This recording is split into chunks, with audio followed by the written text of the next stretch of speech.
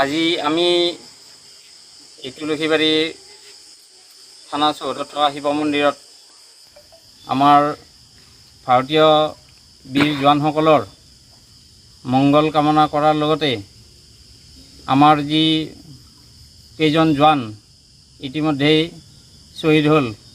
তেখেতসকলৰ আত্মাৰ সদ্গতিৰ লগতে আমাৰ যি যুদ্ধত আমাৰ ভাৰতীয় সেনাই যি পৰাক্ৰম দেখুৱাইছে তাৰ কাৰণে আমি আজি উৎফুল্লিত। আমাৰ ভাৰতীয় বীৰ জোৱানসকলে ইতিমধ্যেই আমি প্ৰত্যেকেই দেখা পাইছোঁ, আমাৰ নিউজ চেনেলবোৰত আমাক দেখুৱাই আছে। যোৱা 4 দিন ধৰি যি যুদ্ধত অৱতীৰ্ণ হৈছে এই যুদ্ধত ইতিমধ্যেই পাকিস্তানক যি ছাৰখাৰ কৰিছে আমি দেখা পাইছোঁ আৰু তাত আমি উৎফুল্লিত হৈছোঁ। লগতে আমি মৰ্মাহত হৈছোঁ আমাৰ যি 5 গৰাকী ইতিমধ্যে শ্বহীদ হ'ল তেখেতসকলৰ যাতে আত্মাৰ সদ্গতি হয় আৰু ঈশ্বৰে সেই পৰিয়ালসকলক যাতে এই দুখ সহিব পৰাকৈ শক্তি দিয়ে, তাৰ বাবেই আমি আজি তুলসীবাৰী এই থানা চৌহদত থকা শিৱ মন্দিৰত আমি 5 শতাধিক বন্তি প্ৰজ্বলন কৰিছোঁ আৰু আমাৰ ৰঙিয়া থানা কমিটিৰ তৰফৰ লগতে আমাৰ বৌদ্ধগড় ভাৰতীয় জনতা পাৰ্টিৰ তৰফৰ পৰা এই বন্তি প্ৰজ্বলন কাৰ্যসূচী কৰিছোঁ যাতে আমাৰ ভাৰতীয় সেনাৰ লগতে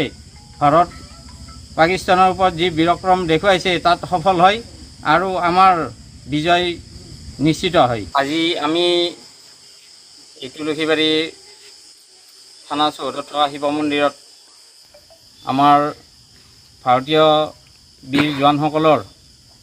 মংগল কামনা কৰাৰ লগতে আমাৰ যি কেইজন জোৱান ইতিমধ্যেই শ্বহীদ হ'ল তেখেতসকলৰ আত্মাৰ সদ্গতিৰ লগতে আমাৰ যি যুদ্ধত আমাৰ ভাৰতীয় সেনাই যি পৰাক্ৰম দেখুৱাইছে তাৰ কাৰণে আমি আজি উৎফুল্লিত।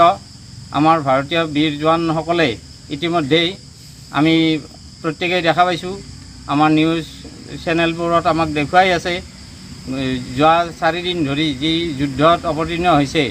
এই যুদ্ধত ইতিমধ্যেই পাকিস্তানক যি ছাৰখাৰ কৰিছে আমি দেখা পাইছোঁ আৰু তাত আমি উৎফুল্লিত হৈছোঁ। লগতে আমি মৰ্মাহত হৈছোঁ আমাৰ যি 5 গৰাকী ইতিমধ্যে শ্বহীদ হ'ল তেখেতসকলৰ যাতে আত্মাৰ সদ্গতি হয় আৰু ঈশ্বৰে সেই পৰিয়ালসকলক যাতে এই দুখ সহিব পৰাকৈ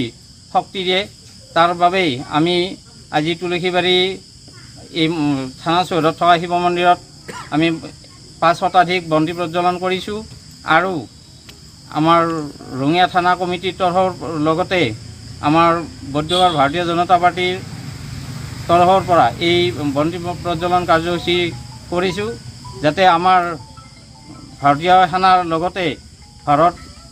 পাকিস্তানৰ ওপৰত যি বীৰক্ৰম দেখুৱাইছে তাত সফল হয় আৰু আমাৰ বিজয় নিশ্চিত হয়। যিকোনো খবৰৰ বাবে যোগাযোগ কৰক 7099017330 লগতে 7099017110 নম্বৰত।